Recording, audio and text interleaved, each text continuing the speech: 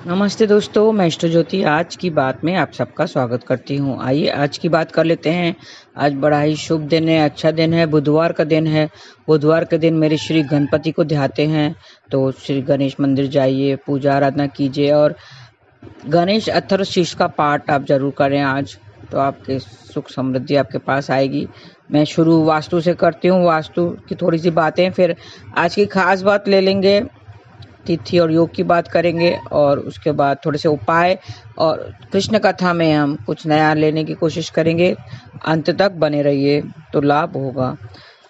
वास्तु की बात करें तो आपने देखा होगा कि आपका जो वॉलेट है उसमें पैसों के अलावा बहुत सारी चीज़ें पड़ी रहती हैं जो हम यूज़ ही नहीं करते हैं, जिन्हें बहुत टाइम से हमने हाथ भी नहीं लगा होगा। कोई पेपर हो, बिल हो, ये सब होता है। तो ध्यान रखना चाहिए कि वॉलेट में पैसों के अलावा कुछ भी फालतू चीज़ें नहीं होनी चाहिए और ख़ास करके पर्स में कटे फटे नोट, फ़ोटो, ख़राब कागज़ नहीं रखना चाहिए। और बिल जो है आपने पे कर दिया हो, आप होटल में गए, वहाँ पे बिल पे किया हो, तो भी वो बिल आपके पर्स में पड़ा रहता है, काफ़ी दिनों तक पड़ा रहता है, महीनों तक पड़ा रहता है, आप उसको देखते भी नहीं हैं। कुछ कागज़ ऐसे होते हैं कि आपने बहुत दिनों तक हाथ भी नहीं लगाया होता है, तो ऐसे में वो सब नेगेटिव ऊर्जा से उत्पन्न करते हैं, तो उसे निकाल बाहर फेंकना चाहिए। पर्स को जितना साफ सुथरा नीट रखेंगे उतना ही आपके लिए अच्छा होगा।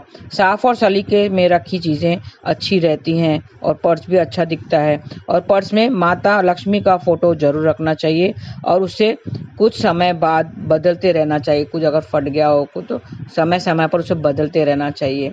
तो ध्यान रखना चाहिए कि पर्स में वॉलेट को, और हो सके तो नोट जो होते हैं उनको सीधे सीधे रखें, फोल्ड करके नहीं रखें, क्योंकि हमें पैसों का आदर करेंगे तभी पैसे हमारे पास टिकेंगे, तो महालक्ष्मी खुश होगी और हमें और धन की प्राप्ति होगी। तो पर्स को, वॉलेट को भी अच्छे से रखना चाहिए, उसे साफ सुथरा रखना चाहिए और जो कागज़ है उसे दूर रखना चाहिए।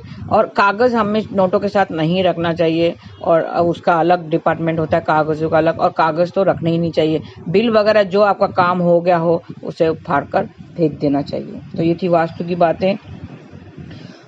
और आप श्री यंत्र, लक्ष्मी का श्री यंत्र आता है, वो भी आप पर्स में रख सकते हैं।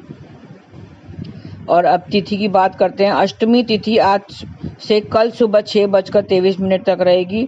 आज से कल सुबह 8:23 तक ध्रुव योग रहेगा। ध्रुव योग में किसी भवन का निर्माण करना सफलता देता है। इसमें गाड़ी या वाहन कभी नहीं लेना चाहिए। ध्रुव योग में गाड़ी या वाहन लेने से अशुभता फैलती है, सही नहीं होता है। आज दोपहर बाद 3:26 तक अश्लेषा नक्षत्र रहेगा। इस नक्षत्र की राशि कर्क है और इसका स्वामी बुध है और इसका संबंध नाग केसर के पेड़ से बताया गया है। तो आज नाग केसर की उपासना करनी चाहिए और उसे किसी प्रकार का नुकसान नहीं पहुंचाना चाहिए। और आज विशेष बात, आज शाम 5:21 तक अशुभ भद्रा रहेगी, पृथ्वीलोक की भद्रा है। जब चंद्रमा कर्क, सिंह, कुंभ और मीन में होते हैं तो वो भद्रा अशुभ कहलाती है। तो आज दोपहर 3:26 तक चंद्रमा कर्क राशि में रहेगा, उसके बाद सिंह राशि में प्रवेश करेगा, तो इसके लिए आज अशुभ भद्रा है। और अशुभ भद्रा के दौरान विवाह, मुंडन, गृह प्रवेश, यज्ञोपवीत, नया बिजनेस, शुभ काम की यात्रा, नया कोई काम, रीति रिवाज करना ये अशुभ माना जाता है, शुभ नहीं होता है। तो ये आज कोई भी नया कार्य नहीं करें। आज शाम 5:21 तक अशुभ भद्रा रहेगी। और आज की खास बात, आज दुर्गा अष्टमी व्रत है। आज श्री दुर्गा अष्टमी व्रत है। हर महीने की शुक्ल पक्ष की अष्टमी को दुर्गा अष्टमी का व्रत होता है, तो आज उसकी उपासना करें। माँ दुर्गा की उपासना की जाती है आज के दिन पे, और उसका मंत्र जाप करते हैं। मैं 3-4 मंत्र बता देती हूँ जिससे आपको विशेष कार्य में सफलता मिलेगी। सर्वमंगल मांगल्ये शिवे सर्वार्थ साधिके शरण्ये त्र्यंबके गौरी नारायणे नमोस्तुते, ये मंत्र है जो आपको जाप करना है, तो आपके कार्य में सफलता मिलेगी। मैं वापस दोहराती हूँ। सर्वमंगल मांगल्ये शिवे सर्वार्थ साधिके शरण्ये त्र्यंबके गौरी नारायणे नमोस्तुते। ऐसा करने से आपको सारे काम में सफलता मिलेगी। तो आप ये मंत्र जाप कीजिए। माँ दुर्गा को इलायची का भोग लगाना चाहिए आज के दिन। और पुष्पांजलि, पुष्पों की पुष्पांजलि भी चढ़ाएं, तो दाम्पत्य जीवन में खुशहाली छाएगी। और दाम्पत्य जीवन में रिश्ते मजबूत करने के लिए दुर्गा चालीसा का पाठ आज जरूर करें। और बच्चों के कैरियर को अच्छा बनाने के लिए मंत्र जाप करें। या देवी सर्वभूतेषु विद्या रूपेण संस्थिता नमस्तस्यै नमस्तस्यै नमस्तस्यै नमो नमः। मैं वापस रिपीट करती हूँ। या देवी सर्वभूतेषु विद्या रूपेण संस्थिता नमस्तस्यै नमस्तस्यै नमस्तस्यै नमो नमः। ऐसा करने से बच्चों के कैरियर में बढ़ावा मिलेगा, कैरियर अच्छा बनेगा।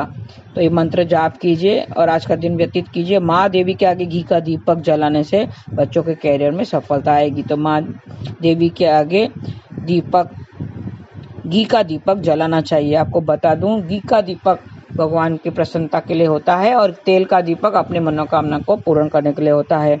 और सारी परेशानियों को दूर करने के लिए 2 कपूर और 12 लवंग उबले पर जलाकर घुमाएं, घर के आगे घुमाएं, धुआं करें, तो सारी परेशानियां दूर हो जाएंगी। और देवी माँ से प्रार्थना भी करना है। और आपकी सेहत अगर खराब है तो उसको ठीक करने के लिए कौन सा मंत्र जाप करें? ओम जयंती मंगला काली भद्रकाली कपालिनी दुर्गा क्षमा शिवा धात्री स्वाहा स्वदा नमस्तुते। ऐसा जाप करेंगे तो आपकी सेहत में सुधार आएगा। माता को 5 फलों का भोग भी लगाना चाहिए। देवी माँ के विधि पूर्वक धूप दीप से पूजा करें तो आर्थिक स्थिति मजबूत होगी। पूजा के समय ही एक एकाक्षी नारियल लें और उस पे 7 बार मौली लपेटकर देवी माँ के सामने रख दें। आर्थिक स्थिति को मजबूत करने के लिए ये उपाय है। नारियल को तिजोरी में रख दें। थोड़ी देर के बाद में वही नारियल को तिजोरी में रख देंगे तो आपकी आर्थिक स्थिति मजबूत होगी। तो ऐसा आप कीजिए और जप करते रहिए, मंत्र जाप कीजिए। जप के बाद मंदिर में घंटी जरूर बजानी चाहिए, तो सारा डर, आपका भय दूर हो जाएगा। और देवी माँ के मंदिर में उनके निमित्त वस्त्र भेंट करें तो आपका जीवन की गति बढ़ेगी। कच्चे नारियल की गिरी का भोग भी लगाना चाहिए और मंत्र जाप करें। स्वास्थ्य ठीक करने के लिए दूसरा मंत्र है देहि सौभाग्य आरोग्यम देहि में परम सुखम रूपम देहि जयम देहि यशो देहि दिशो जहि। ये मंत्र है जिससे स्वास्थ्य और आपकी काया अच्छी होगी। जप के बाद देवी माँ को प्रणाम करें और प्रार्थना भी करें। कन्या में माँ दुर्गा का ध्यान करते हुए उनसे आशीर्वाद लेना चाहिए आज के दिन, तो माँ की कृपा बरसेगी, माँ देवी की कृपा बरसेगी। भेंट स्वरूप कुछ न कुछ उन्हें देना चाहिए और उनसे आशीर्वाद लेना चाहिए, तो देवी माँ की कृपा आप पर बरसेगी। तो इस तरह से ये छोटे से उपाय हैं, आप जरूर कीजिए। और मैंने मंत्र बता दिए हैं। और कपूर का धुआं घर में करिए तो बिजनेस में बढ़ोतरी होगी। दुर्गा माँ की विधि पूर्वक पूजा करनी चाहिए। कपूर से उनकी आरती करनी चाहिए बिजनेस में बढ़ोतरी के लिए। और हलवे और उपले चने का भोग भी लगाना चाहिए, बिजनेस में बढ़ोतरी होगी। तो ये थी आज की खास बातें। अभी कृष्ण कथा में हम थोड़ा सा आगे बढ़ते हैं, कुछ ज्ञान की बातें कर लेते हैं।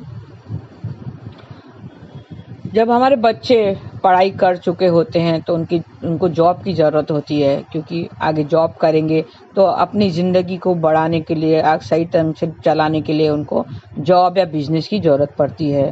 तो हम अपने बच्चों के लिए प्रार्थना करते हैं भगवान से, तब हमें भगवान की याद आती है और प्रार्थना करते हैं कि भगवान इसको अच्छी नौकरी मिल जाए, भगवान इसको अच्छा कोई बिजनेस करा दे या दुकान खुला दे। हम लोग इस तरह से प्रार्थना करते हैं। तो जब हम नया बिजनेस शुरू करते हैं, हम ईश्वर की दया से, ईश्वर की कृपा होती है, ईश्वर तो दयालु हैं, भोले हैं, तो जब उनकी कृपा होती है तो उनके कृपा से हम नया बिजनेस शुरू करते हैं, तब भी हम उनकी पूजा आराधना करते हैं, पूजा पाठ करते हैं। मंदिर में अगर ऑफिस है तो ऑफिस में एक छोटा सा मंदिर बना के उनकी रोज पूजा पाठ करते हैं। हमारे बिजनेस में तरक्की हो, ऐसे भगवान से हर टाइम हम प्रार्थना करते रहते हैं कि बिजनेस दे दिया, अब उन्होंने बिजनेस दे दिया, उसको चलाने के लिए बरकत होनी चाहिए, तरक्की होनी चाहिए। तो हम खूब मेहनत करते हैं और उसे दिन ब दिन हम उसे रोज प्रार्थना करते हैं, दिया जलाते हैं, दीप जलाते हैं, ईश्वर को खुश प्रसन्न करने की कोशिश करते हैं, घी का दीपक जलाते हैं। तो दिन बीतते जाते हैं, रोज हम प्रार्थना करते हैं। ईश्वर भी देखता है कि ये तो भक्त हो गया है, ये रोज मेरे आगे घी का दीपक जलाता है, रोज मेरी प्रार्थना करता है, मुझे प्रसन्न करने की कोशिश करता है, प्रसन्न करने की कोशिश करता है। तो भगवान भी खुश हो जाते हैं और धीरे धीरे थोड़ा थोड़ा करके वो धन देते जाते हैं। धन आता है तो ही तो हमें तरक्की समझ में आती है। धन आता है मतलब हमारी तरक्की हो गई है ना। धन को ही हम तरक्की का एक रूप मानते हैं। तो धन आता रहता है, आता जाता है, हम तरक्की करते जाते हैं, हम खूब मेहनत करते हैं, खुश होते हैं, रोज पूजा करते हैं, खूब मेहनत करते हैं, सालों बीत जाते हैं। ऐसा करते करते सालों बीत जाते हैं, हमारे पास खूब धन जमा हो जाता है, ईश्वर की कृपा से खूब धन कमा कर जमा हो जाता है। और फिर क्या होता है, फिर हम बिजी हो जाते हैं, हमारे पास टाइम ही नहीं मिलता है। सुबह से शाम, सुबह 9 बजे से रात के 9 बजे तक हम काम ही करते फिरते हैं, बिजनेस में ध्यान देते हैं, बिजनेस को और बढ़ाओ और बढ़ाओ और धन कमाओ, ऐसे लालच आ जाती है मन में। क्योंकि हम तो इंसान हैं, तो हमारे मन में लालच तो आना ही है, सब विकारें तो आना ही है। तो लालच, मोह, माया, हम फंस जाते हैं, उस धन के चक्कर में हम फंस जाते हैं, मोह में फंस जाते हैं, माया में, और बिजी हो जाते हैं। तो फिर हम ईश्वर को ही भूल जाते हैं, जिससे हम प्रार्थना किया करते थे कि ये हमें कुछ काम दे, बिजनेस दे और बिजनेस में तरक्की दे, जिसकी वजह से हमारे पास खूब धन भी, संपत्ति भी आ गई। लेकिन अब हम उसके और ध्यान भी नहीं देते हैं। वो मंदिर जो हमने सजाया था शुरू में, जो ऑफिस में हमने मंदिर सजाया था, उस और ध्यान भी नहीं देते हैं। अब तो ये हाल है कि हम कहते हैं चलो जरा गाय को खिला के आओ, या तो मंदिर के दर्शन कराओ, मंदिर में भगवान के दर्शन कराओ, तो कहते हैं नहीं नहीं, आज तो मुझे टाइम ही नहीं है, आज मुझे जल्दी जाना है दुकान पर, क्योंकि हमें माल लेना है, माल लेने देने वाला आएगा, तो हमें आज दुकान पे जल्दी जाना है। फिर दूसरे दिन अगर हम पूछेंगे उससे, चलो आज जरा मंदिर जाकर आते हैं, भगवान के दर्शन कराएं, तो जवाब मिलता है नहीं नहीं, आज तो बिल्कुल भी नहीं, आज वैसे ही देर हो गई है और मेरी ट्रेन मिस हो जाएगी। जबकि पता है कि ट्रेन 5-5 मिनट में आती है। वो लोकल ट्रेन देखी होगी आपने मुंबई की, वो 5-5 मिनट में आती रहती है, तो उन्हें पता है कि ट्रेन तो ये छूटेगी तो दूसरी मिल ही जाएगी। लेकिन तो भी कहते हैं नहीं नहीं, ट्रेन छूट जाएगी। ट्रेन का क्या है, ट्रेन आती है और जाती है, लेकिन जो मौका, जो अच्छा समय आपके पास आपने गवा दिया, आपके पास आया था लेकिन आपने गवा दिया, वो मौका बार बार नहीं आता है। आज जो काम करना है वो आज के लिए ही होता है, वो कल पर नहीं छोड़ सकते, हम कल नहीं कर सकते हैं, कल वो काम का उतना महत्व नहीं रह जाता है। आज का काम आज ही करना पड़ता है, और सही वक्त पर किया हुआ सही काम हमेशा अच्छा फल देता है। क्या? सही वक्त पर किया हुआ सही कार्य हमेशा अच्छा फल देता है। तो बिजनेस तो बढ़ा दिया ईश्वर ने, बिजनेस तो बढ़ा दिया, धन खूब कमा लिया और हमने जमा भी कर लिया, लेकिन हमने क्या किया? ईश्वर ने तो अपना काम कर लिया, लेकिन हमने अपना काम पूरा नहीं किया। हमने भक्ति छोड़ दी, उसको याद करना भी छोड़ दिया, उसको उसका नाम लेना भी भूल गए। इतना तक के अगर हमको इतना उसने दिया है तो वो वापस भी तो ले सकता है। अगर उसमें इतना हमें दिया है तो इतना याद रखना चाहिए, वो हमसे वापस भी ले सकता है। देता है तो वो छप्पर फाड़ कर देता है।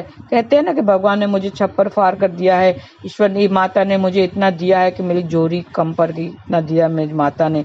देता है तो छप्पर फाड़ कर देता है, लेकिन अगर लेने पे आ जाए तो चीर फाड़ कर ले लेता है। हाँ, याद रखना, अगर छप्पर फाड़ कर देता है वो, तो चीर फाड़ कर ले भी लेता है, मतलब ऑपरेशन सर्जरी करा ही लेता है। आपने देखा होगा कि लोगों का आजकल का जो डॉक्टर के पास जाते हैं तो उनका बिल कितना आता है। आजकल डॉक्टर का बिल भी 2 लाख 3 लाख से कम नहीं आता है, क्योंकि डॉक्टर भी आजकल बहुत लेने लगे हैं। एक बार डॉक्टर के पास जाओ तो ये करना है, ये टेस्ट करना है, वो टेस्ट करना है, इसका ऑपरेशन करना है, इसका सर्जरी करना है, बस हर एक ऑर्गन के पीछे पड़ जाते हैं। 2-3 लाख तो मामूली है। तो ये सब क्या है जो ये 2-3 लाख आपको देना पड़ता है? ये सब क्या है? ये हमारे कर्म का फल ही है, जो हमने अगर दूसरों को नहीं दिया, दूसरों से हमने छुपा के रखा पैसा, वो डॉक्टर को तो देना ही पड़ता है। डॉक्टर ने जो बिल बनाया है उसको कम नहीं कर सकते हैं, लेकिन ईश्वर को देने के लिए जरूर कंजूसाई करते हैं, क्योंकि ईश्वर हमारा बिल नहीं बनाता। ईश्वर ने कभी हमें बिल नहीं बनाया है और हमें बिल नहीं दिया है। अगर ईश्वर ने हर एक का बिल बनाना शुरू किया, अगर ईश्वर ने हर एक का बिल बनाना शुरू किया तो क्या होगा? जब सबका हिसाब लेना अगर उसने शुरू किया तो क्या होगा? हवा, पानी, ऑक्सीजन का डेली बेसिस पर अगर हिसाब लिया तो क्या होगा? तो इसलिए जितना तुम कमा रहे हो उसमें से, उससे पहले ही, कमाने शुरू करने से पहले ही ईश्वर को देना सीखो। सुबह उठते ही धन्यवाद दो, फिर पूजा पाठ करो, दीप जलाओ, भोग भी लगाओ। जो हम खाते हैं उसके पहले ही हमें ईश्वर को अर्पण करना चाहिए। श्री कृष्ण श्री कृष्ण अर्पण वस्तु, श्री कृष्ण को अर्पण करना चाहिए। दान धर्म का काम करना चाहिए, दान धर्म करते हुए जाना चाहिए, भगवान का मंदिर का दर्शन करते हुए जाना चाहिए। फिर अपना काम मतलब ईश्वर का दिया हुआ काम हमें करना चाहिए। हाँ, ईश्वर नहीं तो तुम्हें ये बिजनेस, ये काम, ये जॉब दिया है, भूल गए क्या? ईश्वर नहीं तो दिया है तो वो ईश्वर का ही तो हुआ ना। फिर उसके बाद उसका ही काम करने के हमें पूरा दिन बीत जाता है, फिर उसका ही हुआ ना ये काम, तो उसका कार्य में लग जाना चाहिए। हमें अपना कर्तव्य तो निभाना ही है, हमारा अपना कर्तव्य तो निभाना ही है। घर गृहस्थी तो चलानी ही है, बच्चों को पैदा किया है तो उसको बड़ा तो करना ही है। फिर उसका उनका काम, उनका शादी वगैरह, ये सब के लिए हमें शक्ति की जरूरत पड़ती है। शक्ति के साथ साथ हमें भक्ति की भी जरूरत है। शक्ति कहाँ से आएगी, भक्ति कहाँ से आएगी? किसको बोलना पड़ेगा हमें शक्ति के लिए? श्री कृष्ण को बोलना पड़ेगा। और कैसे बोलना पड़ेगा? नाम जाप करके बोलना पड़ेगा। हरे कृष्ण कृष्ण कृष्ण हरे हरे, हरे राम राम राम हरे हरे। तो इतना वक्त तो जरूर निकालो कि जिसने हमें इतना सब कुछ दिया है उसके लिए थोड़ा वक्त तो जरूर निकालना चाहिए।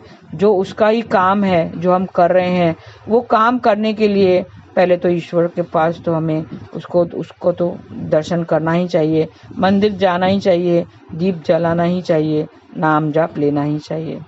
आज के लिए बस इतना ही।